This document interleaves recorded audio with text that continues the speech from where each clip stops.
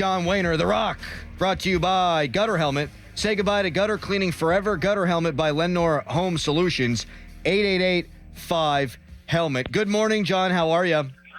Good morning, everybody. I'm good. How are you? Well, I'd be better if I wasn't reading my Twitter mentions. I took Pirates fans to task for booing David Bednar. I thought that was low class, low rent. I thought it was a loser move, actually, to boo a guy that's had a 2.25 ERA the last 3 years, who's a back-to-back All-Star in one game that you lose that he blows. So how did that land on you, Rock, when you heard the fans let out that boo, the smattering of boos for David Bednar? I couldn't believe it.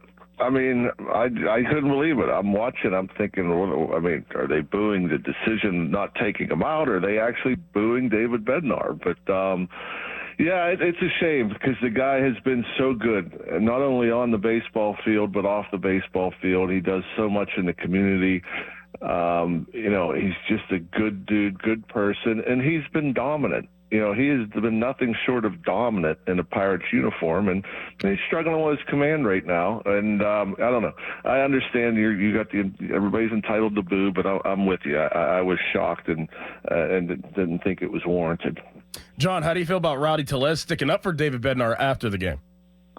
Well, it's always important. I don't think David Bednar needs backing up or support, and I don't think he needs that sort of thing. I think he knows everybody has his back, but yeah, that's the way this team rolls. They came out of the gate, out of spring training, knowing that they were good and that knowing that they can compete and they can go out and win some games, and they seem to be a pretty close-knit group, and it's no surprise that everybody in that clubhouse has everybody else's back. Obviously it helps. I'm sure David appreciates it and everything else like that. But of all people in that locker room, I don't think you have to worry about David Bednar and whether or not he's feeling down or he's not going to bounce back from this. What do you do with the closer role now, John? I don't know that you can throw him out there the next save opportunity. Yeah, you can. I'm not worried about it at all, actually. Wow. I mean, and this is why. If his command continues to struggle, then maybe you have to make a move. But the one thing this guy, he's a power pitcher with great command. I've seen a closer with 3 pitches and command all 3 so well. The velocity's still there, maybe even up a tick from last year. The split he's still able to locate. The curveball is the problem right now. I mean, and it's a pitch he could probably do without until he figures it out. But he hit 2 of the batter. I think he's only hit 5 batters in his career. He hit 2 in 1 inning yesterday, both on the curveball. And it's just coming out of his hand weird. The fastball, he did walk the first guy and he missed with a couple fastballs, which is odd. Normally he's really good with his fastball. The split, he hung the split in his first blown save that gave up the home run to the Miami, but other than that, his split's been good. I'd be concerned if the velocity was down or if they were turning around his fastball. He had to walk the 2 hit batters, a soft liner to center, a blooper that didn't get out of the infield that went for a hit, and a ground ball single. It's not like he's getting knocked around the ballpark. His command is off. Now, if he can't find that command and he goes out there and continues to walk guys or hit guys, it's just not, I don't know if since he's been here, or maybe ever in the big leagues, has he given up like 3 free passes, meaning a walk and 2 hit batters in an inning. So to me, if he just starts throwing strikes, he'll be fine, because it's not like they're whacking him around the ballpark. John Wehner joining us here on the Fan Morning Show. It's easy to play armchair manager here the day after the game, but would you have let Martin Perez take the ball in the 9th? And then the second part is, all right, he did go to Bednar. Did he leave him in too long, Derek Shelton? Well, I always love when I see a pitcher go long and go deep into a ball game and try for a complete game. But it's just not the way the game works. There's probably less than 10 complete games in all of baseball now per league. I doubt that there were 10 per league, maybe 20 total. Actually, I think there's probably less than 15. So that I have no problem with them going to Bednar in the ninth, although I love seeing guys throw complete games just because they're rare. They're as rare as no-hitters these days, and that's usually the only time you see a starter go out there in the ninth inning is when they have a no-hitter. It just doesn't happen. So to me, that's just the way the game has gone. You give it to your closer, and normally it's lights out. Arguably the best closer in baseball, by the way. Last year, Bednar only blew through 3 saves all year. Obviously, has 3 so far this year.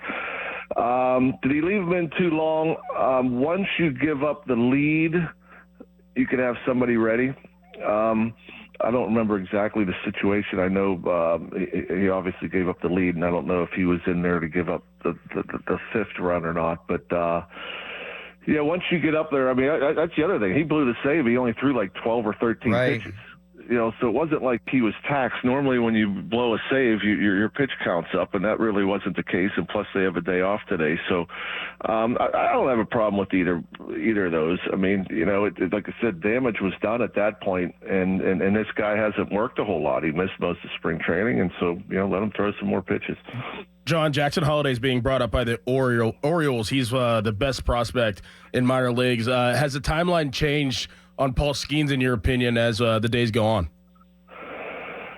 I think once he's built up, right now, there's no room for him. It's kind of amazing. The starting pitching, which I thought might be the one area they're going to struggle, has been really good.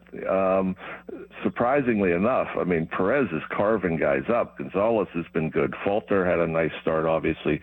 Jones isn't going anywhere, and Keller's not going anywhere. So, I think he's still at 3 innings. I'm sure he'll throw 4+ next time out.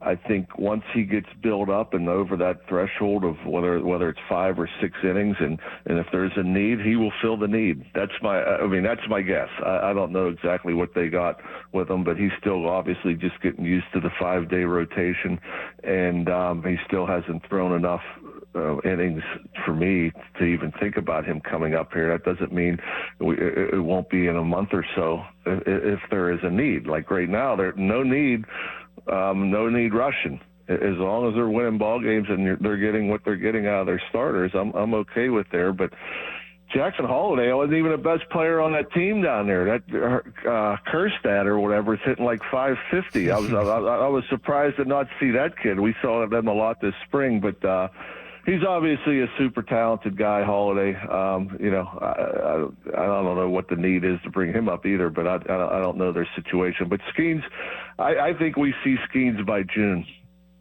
I would hope so. Last thing here for you, John. Can you believe that Jackson Holliday is Matt Holliday's kid?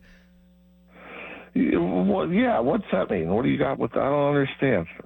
Why do you say that? Why? What is that? I can't believe that we're that old is what I'm saying. Oh, yeah. Well, I'm that old. I mean, shoot. Yeah, this is old hat for you. I'm 33. A guy I grew up watching and hating because he would always kill the Pirates. All of a sudden, his son's up here to do the same thing. It's crazy to me. Well, he is only 19. Yeah. He is only 19. My baby's 21 today. My baby is 21 years old today. That's how old I am. Yeah, thank you. It's crazy. But, no, that's interesting. I don't know. To be up in the big leagues at 19 is pretty amazing to me. I can't even fathom that. I wasn't even playing in college. I was sitting there with zits on my face, not knowing what the hell I was doing. Well, Jackson Holliday looks every bit like 14 years old, but hitting 333 in AAA.